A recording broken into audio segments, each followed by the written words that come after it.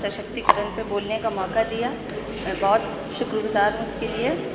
नारी नहीं अबला ये युग की पहचान है, नारी नहीं अबला ये युग की पहचान है, जिस घर में नारी सशक्त वही देश महान है। मैं नसीम सोलंकी इस सदन के माध्यम से महिला सशक्तिकरण और उनके अधिकारों के महत्वपूर्ण विषय पर अपने विचार रखना चाहती हूँ। सबसे पहले मैं आपका धन्यवाद करती हूँ कि आपने मुझे इस विषय पर बोलने का अवसर दिया। हमारे पूजनीय स्वर्गीय नेता जी और हमारे राष्ट्रीय अध्यक्ष श्री अखिलेश यादव जी के विचारधारा हमेशा से महिला सशक्तिकरण को बढ़ावा देने की राह पर रहे हैं। विधानसभा उपचुनाव 2024 में जिस प्रकार मुझे अवसर दिया गया है और समाजवादी पार्टी के पूरे परिवार ने मेरे साथ कंधे से कंधा मिलाकर मेरे समर्थन किया, उसके लिए मैं हृदय से आभार व्यक्त करती हूँ। जनता ने जिस विश्वास के साथ मुझे और मेरे परिवार को अपनाया वो भी मेरे लिए एक बड़ी जिम्मेदारी थी।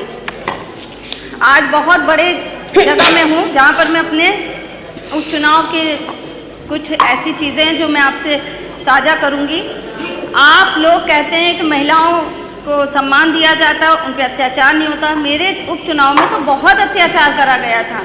मैं एक तरफ अकेली महिला थी जिसका पति जेल में था और मैं पूरे सिस्टम से लड़ रही थी। उस समय मेरे उपचुनाव में लाठी डंडे चल रहे थे और वो डंडे खाने वाली भी महिलाएं थी। मेरे वोटर थे, मेरी महिलाएं वोटर थी जो डंडे खा रही थी। मैं महिला थी जिसके ऊपर अत्याचार हो रहा था, उसका पति जेल में था और मैं घर बच्चे सब संभाल रही थी। मेरे पति को कानपुर शहर से 400 किलोमीटर दूर भेज दिया गया था, वो भी मैं एक सफ़र तय कर रही थी। मैंने हर वो लड़ाई को लड़ी अकेली।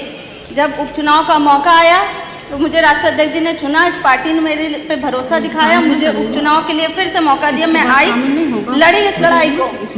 पूरा सिस्टम मेरे सामने था। मेरे सामने एक व्यक्ति था, वो पुरुष थे जिनसे मैं लड़ाई लड़ रही थी उपचुनाव की, भाजपा के प्रत्याशी की बात कर रही हूँ। उसके पीछे पूरा सिस्टम था, पूरी पार्टी एक तरफ लगी हुई थी और एक तरफ एक महिला थी। थोड़ा सा महिलाओं को छोड़ दिया करें, अगर ऐसे मौके आते तो थोड़े से डंडे ना चलाया करें, थोड़ा हम लोगों को भी रियायत मिलना चाहिए। कुंदरकी में जिस पुलिस वाले ने बंदूक ताना था वो भी एक महिला थी, जिस महिला पे वो बंदूक तनी थी। तो मैं आप लोगों से बहुत बड़ी जगह है, यहाँ पर मैं अपनी बात रखती हूँ कि महिलाओं को इस तरह से उत्पीड़ित ना करें कि उनके ऊपर से साया भी उठ जाता है, उनको जेल भेज दिया जाता, फिर एक अकेली महिला को लड़ना पड़ता। वो तो सलाम हो मेरी सीसामऊ की जनता को, और सलाम हो मेरी समाजवादी परिवार को, मेरी पार्टी को। राष्ट्रीय अध्यक्ष जी का बहुत बहुत शुक्रिया, दिल से धन्यवाद कि उन्होंने उस तकलीफ के वक्त में, जबकि मुझे चुनाव का कोई अनुभव नहीं था, मुझे दुनियादारी का अनुभव नहीं था, वो तो आप लोगों ने सिखा दिया। बहुत शुक्रिया। एक आम महिला को नेता कैसे बनाते हैं वो आपने बता दिया।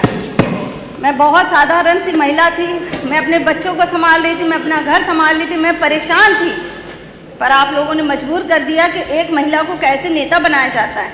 इसलिए इस तरह से अत्याचार ना करें, वरना बहुत सारी महिला बिना आरक्षण के भी आ जाएंगी मैदान में। ये तो मेरी आप बीती थी। खैर, मैं सीधे मुद्दे पर आती हूँ। महिला सुरक्षा और सम्मान के सवाल पर स्थिति बेहद चिंताजनक है।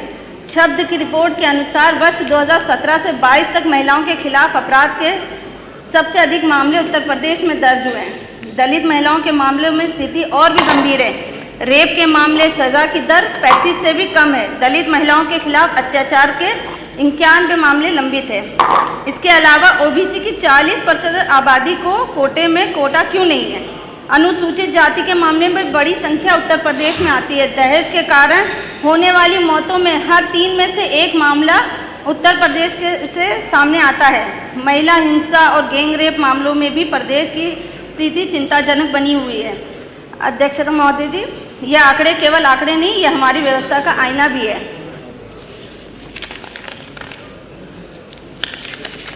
जब 2023 में महिला आरक्षण विधेयक लाया गया तब हमने उसको पूरा समर्थन किया, क्योंकि ये किसी पार्टी का नहीं बल्कि देश की आधी आबादी की अधिकार का सवाल था। ये विधेयक पास भी हुआ लेकिन आज तक लागू नहीं किया गया। महिलाओं को केवल चुनाव के समय याद करना और उनके नाम पर राजनीति करना बंद होना चाहिए। आज की महिला जागरूक और अपने अधिकारों को समझती है और केवल वादों से संतुष्ट नहीं होगी। इसलिए मैं इस सदन के माध्यम से स्पष्ट मांग करती हूं कि आगामी विधानसभा चुनाव को ध्यान में रखते हुए महिलाओं के हित में